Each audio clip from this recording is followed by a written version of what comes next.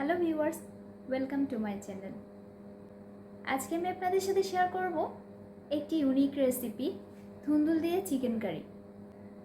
Skip না করে পুরো ভিডিওটি দেখুন, আশা করি আপনাদের ভালো লাগবে। আমার চ্যানেলে সব ভিউয়ার্স এবং সাবস্ক্রাইবারদেরকে অসংখ্য ধন্যবাদ পাশে থাকার জন্য।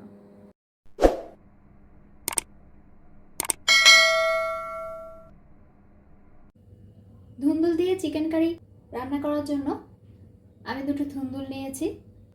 এবার এগুলো খোসা ছাড়িয়ে পিস করে নেব। আমি ধুন্দুলগুলো খোসা ছাড়িয়ে মাঝখানের অংশটা ফেলে দিয়ে এভাবে টুকরো করে কেটে নিয়েছি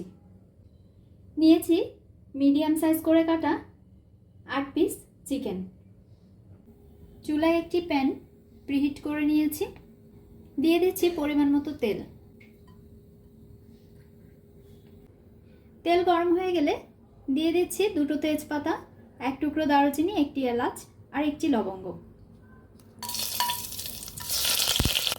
অ্যাড করে দিচ্ছি ব্লেন্ড করা দুটো বড় সাইজের পেঁয়াজ, 2 কোয়া রসুন, ছোট এক টুকরো আদা।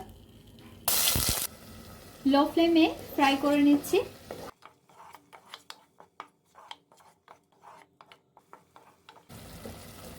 পেঁয়াজ রসুনের কাঁচা গন্ধ চলে না যাওয়া পর্যন্ত ফ্রাই করে নেব। ফ্রাই করা হয়ে গেছে। এবার অ্যাড করে দিচ্ছি হাফ চা চামচ হলুদ গুঁড়া,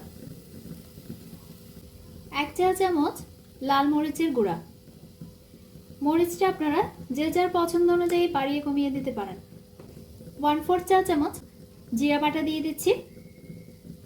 জিরা বাটার পরিবর্তে আপনারা জিরার গুঁড়াটাও ইউজ করতে পারেন। মশলাগুলো মিশিয়ে নিচ্ছি।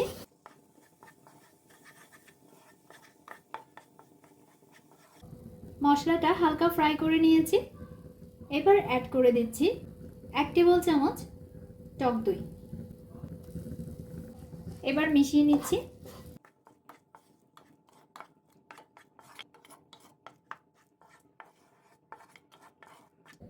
এবার চিকেনের টুকরোগুলো অ্যাড করে দিচ্ছি।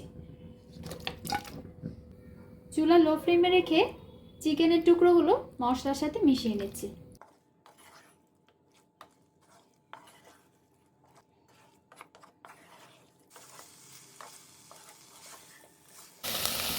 দিয়ে দিচ্ছি স্বাদ মতো লবণ। লবণটা মিশিয়ে নিচ্ছি।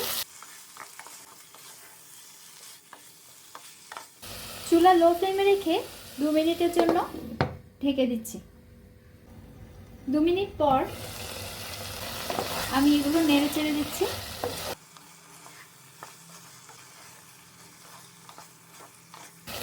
অ্যাড করে দিচ্ছি দুটো কাঁচামরিচ। দিয়ে দিচ্ছি কেটে রাখা ধুন্দুলগুলো। মিশিয়ে নিচ্ছি।